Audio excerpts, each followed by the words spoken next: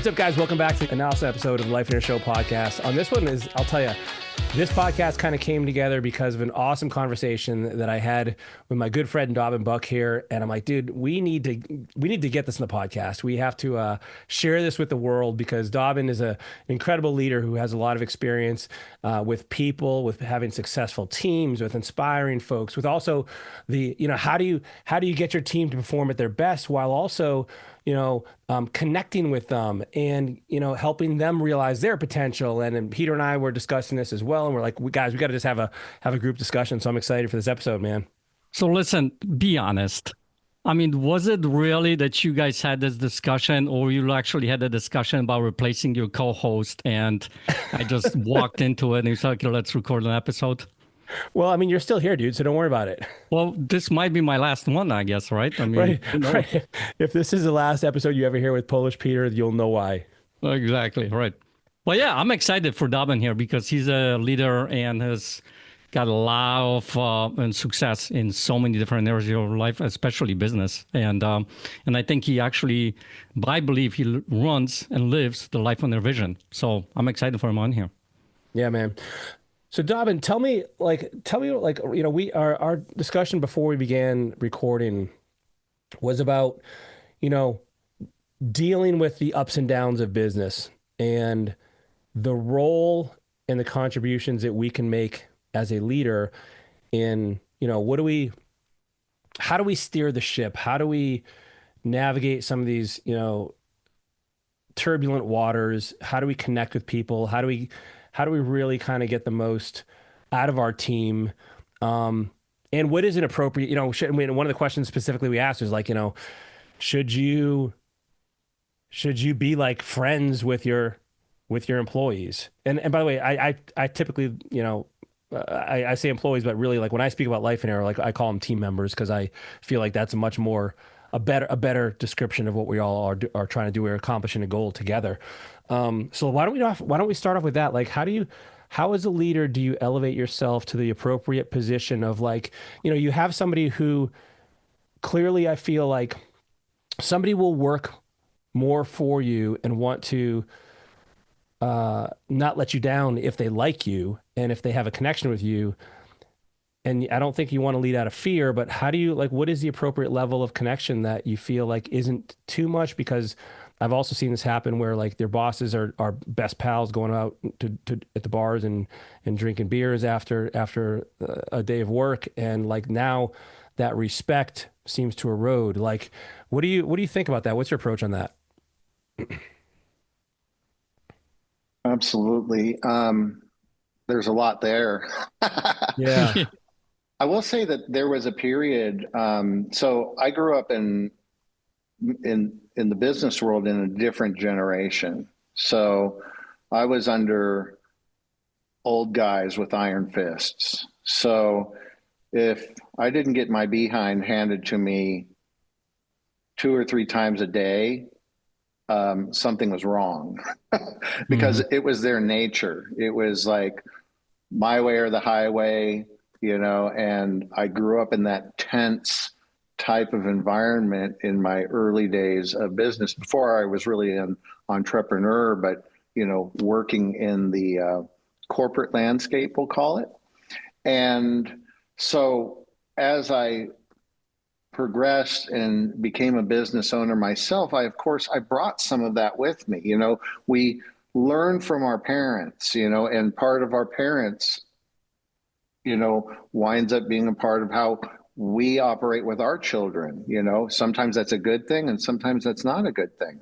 Same thing in business. The leaders that I had that led up to a given point had influenced the way I was operating. And with my own company, we had monthly surveys that we would put out that were anonymous back then. They're no longer anonymous with my company, but they were anonymous. And so we would ask a series of questions that we could rank how people's experience with the company is, how they thought we were doing, where our future lied, all this stuff. And then there were like open fields for give notes and things like that you think would be useful for the leadership team. And not infrequently, there would be some commentary of, I feel intimidated by Dobbin, So intimidation was something that gave people discomfort. If they were being called to my office to meet with me, it was like, am I getting fired? What have I done wrong? Those were the thoughts that were going through their minds, making them anxious, even prior to me saying, hey, I heard you're interested in the Braves. I have a couple of tickets. Would you like that?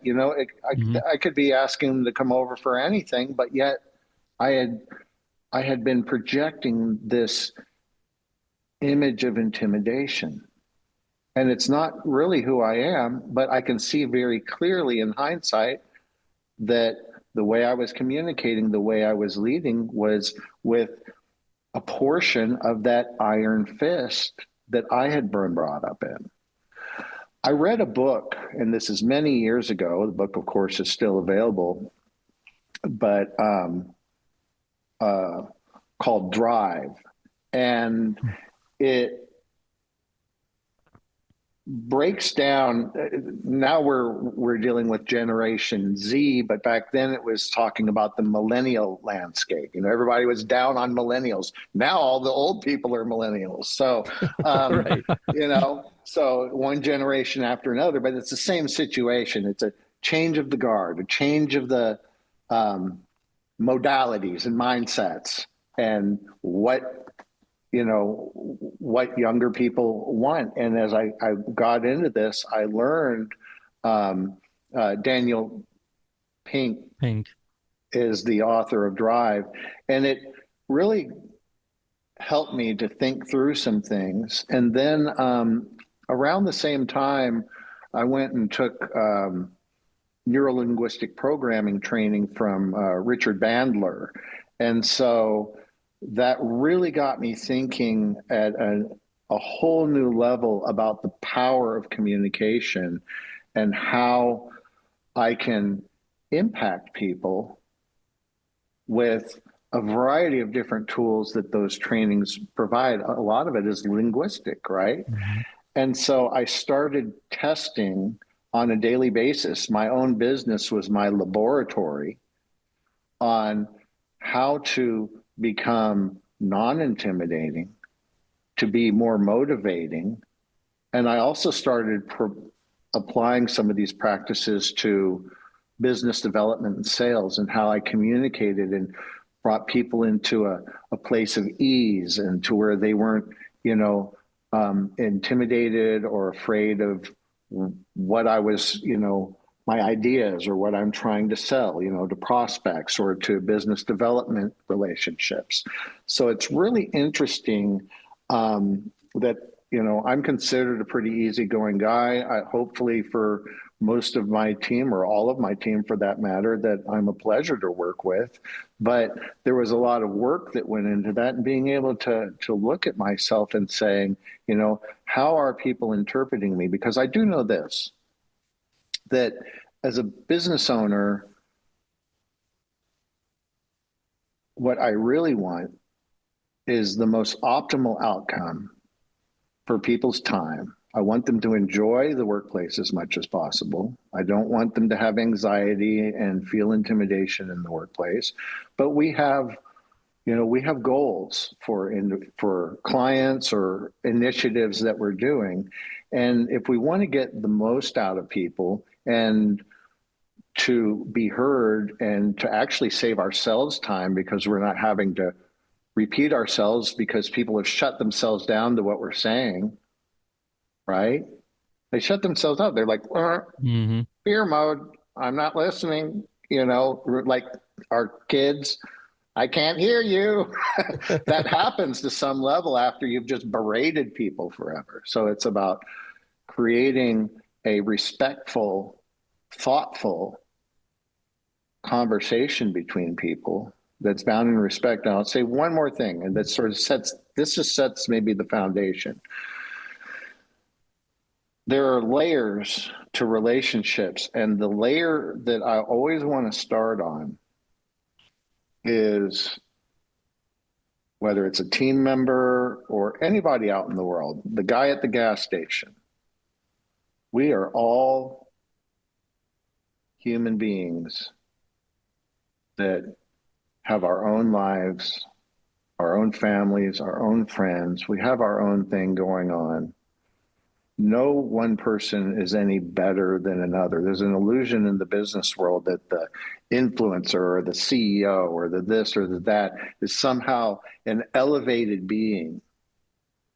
At the end of the day, there is a place, there are roles that people have, you know, but at the end of the day, we all should be on an equal territory. Is my life any more important than anybody that works with me's life? Absolutely not. You know, is their life any more important than mine? Absolutely not. But it needs to be an equal playing field so where we come into this respect that says in the workplace and at Life and Air, we do this math on our calendars. But if you look at in the normal workplace, how many hours are they applying to serving our vision as leaders? When you do the math backwards to how much time are they spending with their kids and their spouse? How much time are they spending enjoying life, following their personal pursuits? Generally, the math equates to they're spending more time with our vision and their occupation than they are on the things that they love or that reason why they're working to begin with, right? So when we look at it and we understand that level of sacrifice that is being given, and they may not even realize it because it's so normal to work your butt off. Mm-hmm. It's normalized, right? But if as leaders we can look at it and say, holy cow, this person, especially if they've been with us for years, of the years that they've worked with me, the majority of those hours, of those days have been spent serving this company. And they probably are thinking about it when they go home. So I think about all this. So having a place to begin that, hey, I'm here to serve humans. I'm here to serve my team. I'm here to serve my clients. I'm here to serve the community. I'm here to serve the nation, the world, whatever. It keeps going. But, it starts, the ripples start, right there at equality. Man, something you said like really hit me is like, and I want to dig a little more into like the fear and authoritative based leadership versus like an encouraging, supportive, and we can talk about that for a second. But the first thing I really want to acknowledge you said is like, I think of your business produces a product, a service. But what if, in addition to the actual service itself that we are creating, we are also creating something else in these people's lives? And so you're married, like to your point, you're marrying the two so that the service we're providing, and I'm using the word service as a general statement as to what the business produces. The service we're producing isn't just a widget or something to help people, but we're actually within the business itself providing a service to those people who can go out and serve their loved ones and their families and their friends, because now they are a representation of the culture that you have a hand in creating and allowing them to live that life and have it be part of something that they enjoy. Because, to your point, like, and you've said this before on, I think on a previous episode, is like, you mentioned again here now, is like, these people are spending more time with you than they are their own families. And so like we have, I think, an ethical obligation to really take that very seriously and honor that. And, and it's not, we're not all just coming together necessarily for the sole purpose of, at any cost producing X number of dollars of revenue or whatever it is. But like, I feel like we can kind of merge or marry those two in a way that can satisfy both. Yeah, I couldn't agree more. It's all strangely interconnected and intricate. in so many ways. And, the key thing is, nobody's perfect. And I certainly have my moments in behavior, to where I go off the rails a little bit, but then, I know enough to pull myself back in, with situations that we're getting in. But it's sort of, I think everything in regards to, at least from my perspective, a successful business is run on this understanding and respect. And, the other thing I'll say about leaders that operate at a level of, the iron fist or intimidation or barking orders and all, the fact of the matter is that generally these types of individuals at some level don't really see themselves as a leader. At some level they feel that they have to. It's like someone that solves problems with fist fights. As kids, they were the kids that could talk through things, and there are the kids that were going to throw a punch. It's, why are they throwing a punch? Because they have no options, they have no skills, they have no grasp of the bigger picture. That's all that's left. And that's, I think, with leaders, is like their creativity on how to comfort people or motivate people runs out. They get frustrated. They're really frustrated about their own limitations as a leader, and then they lash out. Well, we have historical emperors like this, right? That would just, you disagree with me, you're getting beheaded. Meanwhile, you have other people, and I'm reading Meditations right now by Marcus Aurelius, and and the very different perspective of, how do you really communicate with people? And, there's tyrants, and then there's people we look back to with great admiration and respect, and that's it's a much higher, I guess you could say, elevated status of being emperor of Rome, for instance. But you're the emperor of your business of sorts, and I don't know if you have a successful business if you make a lot of money and produce a lot of widgets and help a lot of people, yet everyone in your company hates being there. So I totally agree with you, man. It feels like they just don't have the skill set, or they haven't developed the skill set yet. Do you think that anybody can develop into being a good leader? I believe that's a yes and no answer. I have seen people develop into great leaders.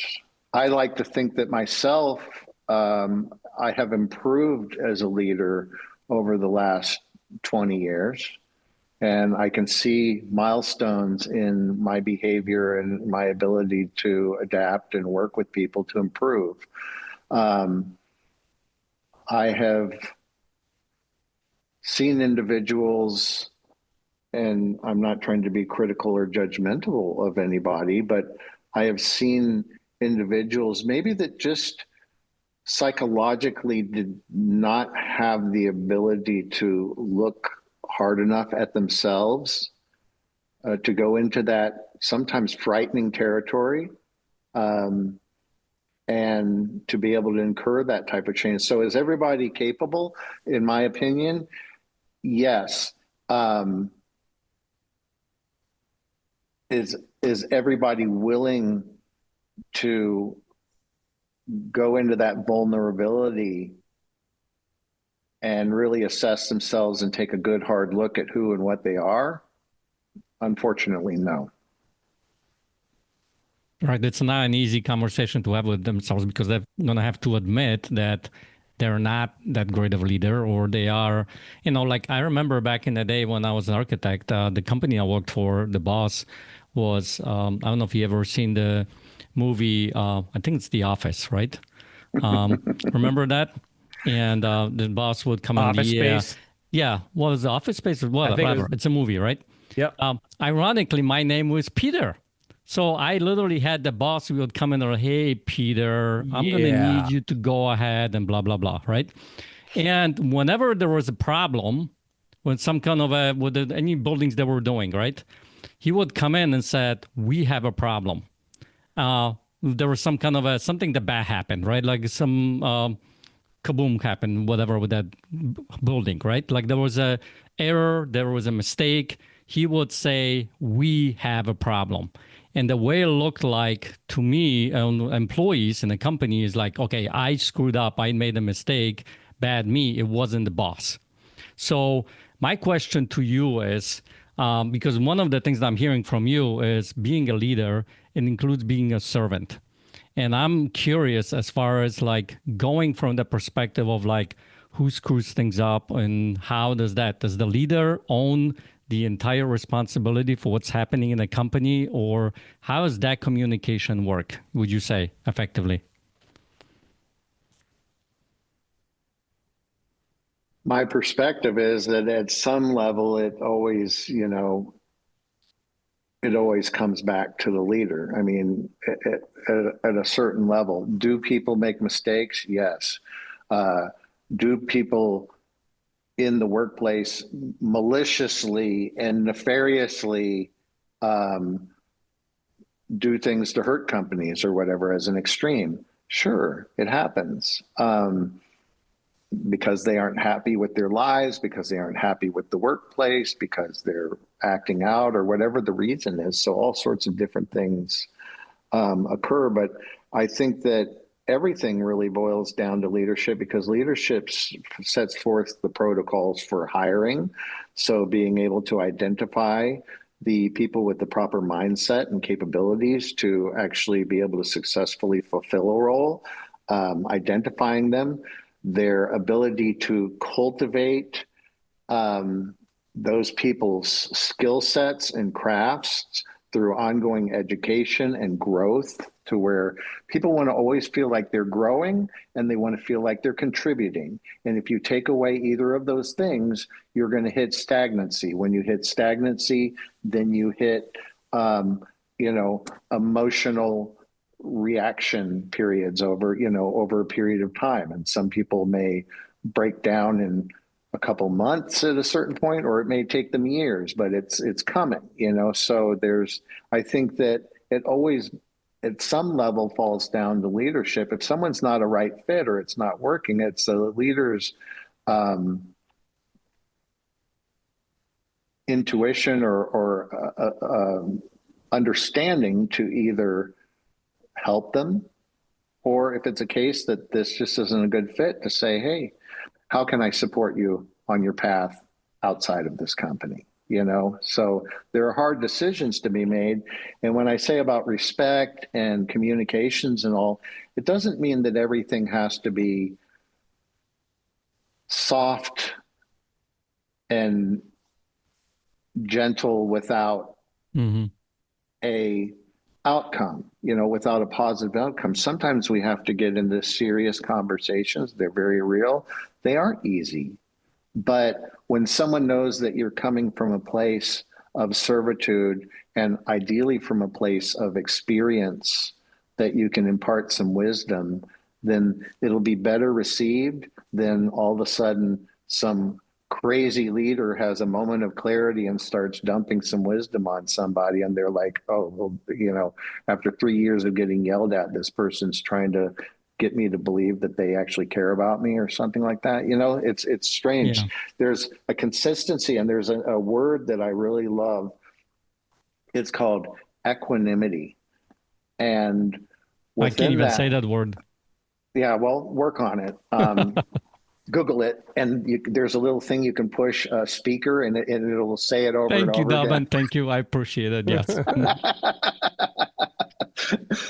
But that in my emotional, the way that I connect emotionally is like, I'm not super excited even on the positive end of things, and I'm not super angry on the negative end of things. I'm really consistent in the way that I'm delivering information. It's designed to come from like a place of stillness, or a place of consistency. So I may get a little happy or laugh at something, I go to here. Or maybe when I'm upset about something, I go to here, but I'm not going to extremes as a leader in front of people emotionally. And so they know what to expect when they come in with me, when they come in and we're interacting with one another. If there's an issue or they're having an issue, they know that I can be a voice of reason and compassion. And, but also, you mentioned Wojo early on, are you buddies with everybody or whatever? I'm friends with my employees, but there's there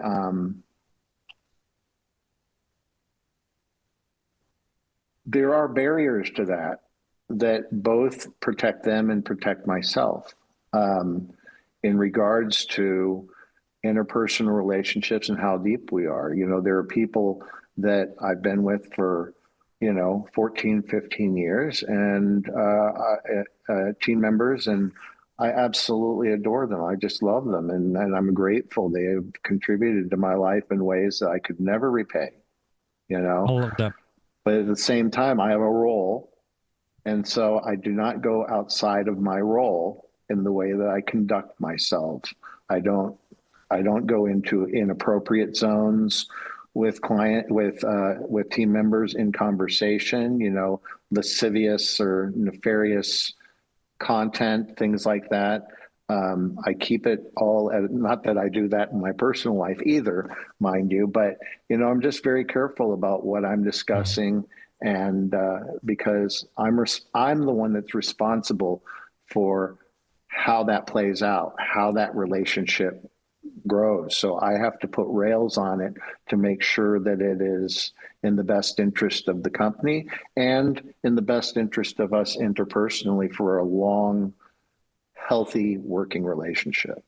Yeah, I love that. So listen, so far what I'm hearing from you is being a leader for the company is a lot of it is the way you are being in the company, like being a servant, being a respected, being, those kinds of ways of being. And I'm hearing what's the undertone on it is that if you want that from your employees, you need to put that out first. You need to show up that way in a company. Like if you want respect, there needs to be some respect coming from you. If I'm not mistaken, I think that's what I'm hearing. They also talked about cultivating the culture in a company of growth, cultivating contribution, those kinds of things. So can you give us maybe 2, 3 different, I don't know, call it the strategies of how you have done in your company to create that as a leader, to create that sense of growth in your employees and contribution so they work for you, so they do the great job and they stay with you for a long time because obviously they have. Well, one thing is, so sometimes companies fall into a situation to where it's like, and we have like employee of the month and things like that to where we recognize excellence. So we have programmatically some things that we do to draw attention to excellent service, or however people are operating within the organization. But my wife is like really masterful. Elizabeth is so masterful, and it's not just her, but her and her extended teams that are around her, that they really it's interesting. First of all, they look at error or failures as an opportunity for growth. So maybe in John Maxwell, we've heard about failing forward in his books, and a lot of other books for that matter. But they literally take time to stop, analyze what didn't work. They don't point blame like, oh, you screwed that up, but let's analyze it. It's not like that. It's like, okay, there's a reason why this didn't unfold as was ideal. Let's break it down and figure out what contributed to this employee's misunderstanding of the goal, because they might not have been armed with all the information they needed to be successful. Let's look at the whole picture here really quick and then adjust our systems to accommodate that. So I'm speaking ambiguously because my business might be different than the 100 other businesses that listen to this. But the other thing is to have a culture of not waiting to the end of the month for an employee of the month. Only one person wants employee of the month to credit people for their hard work. It's also in analyzing our faults or where we've fallen short and modifying on a daily basis. That way we have a culture that doesn't point blame and say, this is screwed up because you did it wrong, or something like that. Does that motivate someone to do better? No, it makes someone feel weaker and like question their own capacity for being successful. So we want to be a team. We lock arms and we fail together and we rise together and we celebrate together. So part of the language as a leader, and it doesn't need to be to ridiculous extents, but part of the language is, you know what, Peter, you consistently really do a good job at this. Like, I appreciate the way you communicate. And especially today, I really like this. You take those 2 sentences, throw it down, and just let someone know that you recognize that something that they've done has impacted you, or that you've seen their genius or their efforts as a value. It goes a long way. And so many people don't just take the time to stop and say, Wojo, man, what you shared with me today really resonated in a deep way with me, got me thinking about a lot of certain things, and I just appreciate it. I appreciate you opening up and sharing that with me. And this could be about, wow, you really consistently, always the paper you wrap around hamburgers at our Burger King franchise is consistent. It's perfect. It's, I mean, it could be down to anything, but you can always find something good about what someone is doing. And people forget to do that. And so when we say people want to feel as though they're contributing, how do they know they're contributing? Because they need a feedback loop to show that someone appreciates their contribution. And that needs to not be instilled into awards or Amazon gift cards, but into the common language and culture of the teams. Yeah, I love that, man. I think that's a really good idea because of the fact that, it sounds to me like it doesn't matter if you are an owner of a 50 plus company or 100 plus employee company, or you have 2 people, or even you just have some contractors that work for you, right? That they're not actual employees. So I got a question for you. You've been in the business for a very long time. You have a very successful company. You've probably had a lot of, successes and failures and all kinds of different things. What's one thing that you've learned maybe earlier in your career that helped you level up as far as a leader in the business and in your life that you carried on from that point on? Like, what was that thing that helped you create a better leader, be a better leader? I think that one thing that has contributed to that is sort of, strangely enough, maybe goes back to personal branding.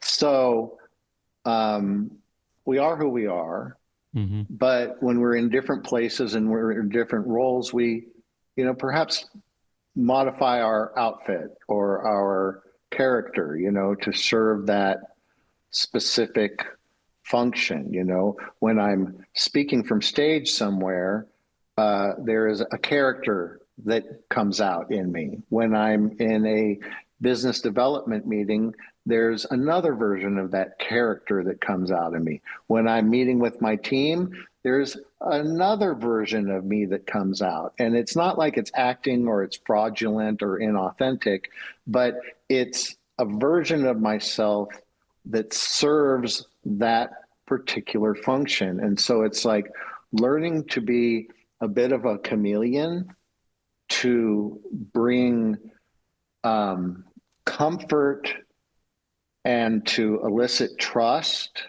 in the people that I'm engaging. And for different audiences, it's a little different version of the same I learned from my dad. I worked with him for years, and he was the iron fist, but he was also a master of relationships, and people loved him. He did big business deals. I watched him, I listened to him, I idolized him. Like I wanted to be him. And for all practical purposes, aspects of myself are like him. And I'm grateful for that. But I sort of watched the way he juxtaposed his character in different situations. And fortunately, I was able to recognize this at a young age. And, like I saw it because I knew him at home, I knew him at home, and I knew that guy that was in that meeting was not the dude I sit at the dinner table with. Right. Yeah. Right, right. And so it's really fascinating. So what has helped me as a leader is more relational, and it's helped me in business development and everything. People are like, "Hey, Dobbin, you live in the backwoods of North Georgia. How is it you know all these, amazing people? How are you friends with Peter and Wojo? And like, how did you meet them? And I'm like, well, the universe brought us together, but the universe and something greater than myself that I believe brings everybody together. I think there's a synchronicity and a plan in everything. It's orderly. It seems chaotic, but there's order to it. But it's that there was something in my character that attracted you guys to want to perpetuate a relationship, right? And so when I was in that role, when I was meeting with you, something and vice versa. It works both ways. Like I saw something when I initially met Wojo. It's like, hey man, what a cool dude, man. Really? Him? You said we're a I cool know, dude? what a cool dude. What a peaceful warrior. Whatever. Like I like this guy's vibe. He's not all in my face, and espouse. Like we're just two guys jamming and having a good time about it, and it's meaningful. So it's like for leadership, it's sort of like that. It's like developing I said personal brand before, but it's more like developing our charisma and our character to serve relationships. It goes a long way. I came from a sales background too, so this is why I may be a little bit more heavy-handed on this sort of stuff.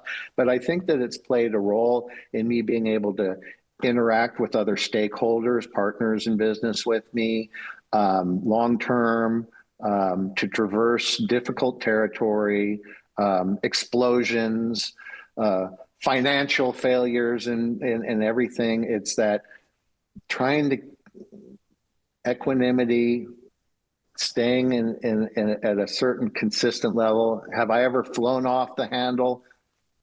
Believe me, there are plenty of people that have witnessed it, but as I get older, it's less and less common. And it was very common when I was in my younger years, in my, late 20s, early 30s. Like, I was a fireball.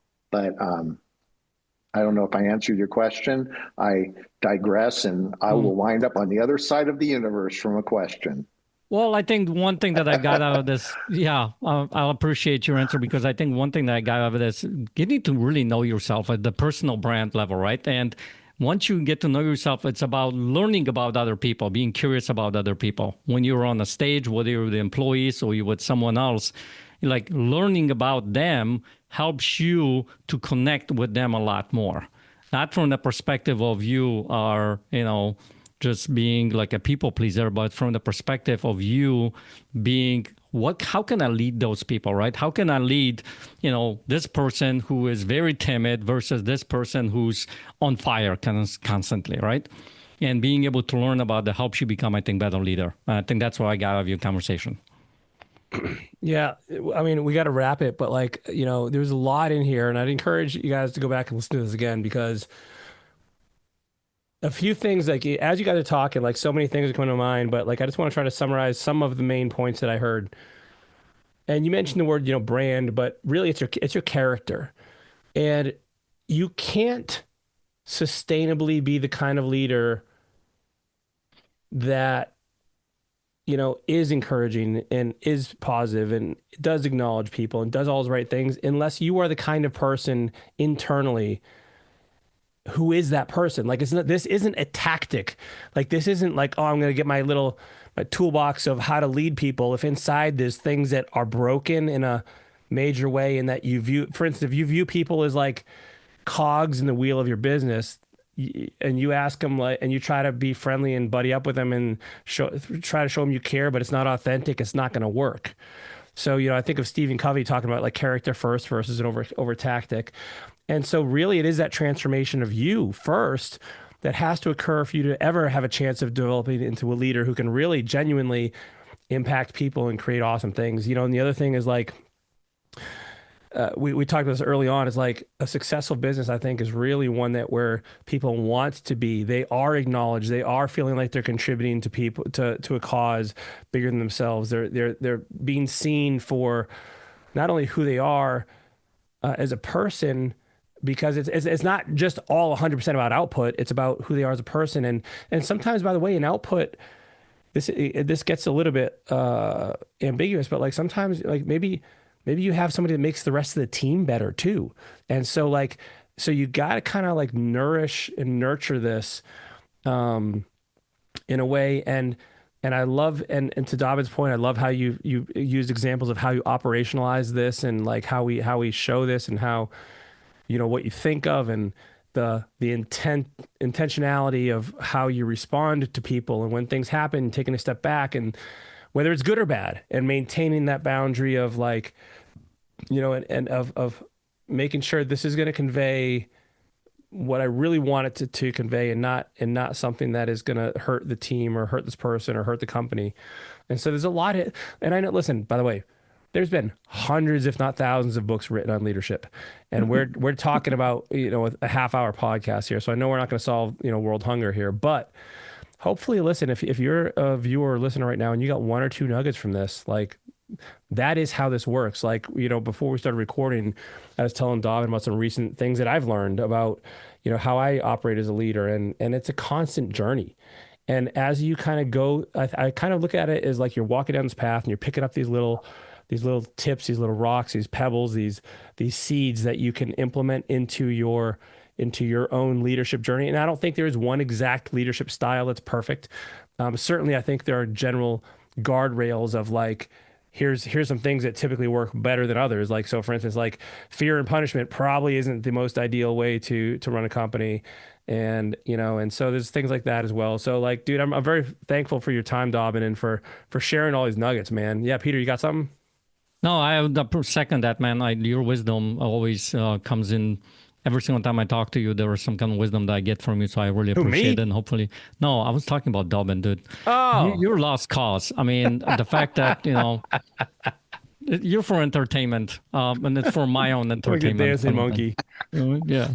Oh, awesome. Yeah, thanks for having me on, guys. It's really an honor and just a joy. And like everybody, I'm a student. I'm always learning. I'm always trying to figure out, find my way through this thing. And it's just a pleasure to jam with true players like yourselves.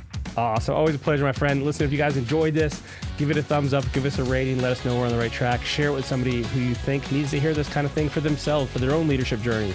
We'll see you next week, everyone. Take care.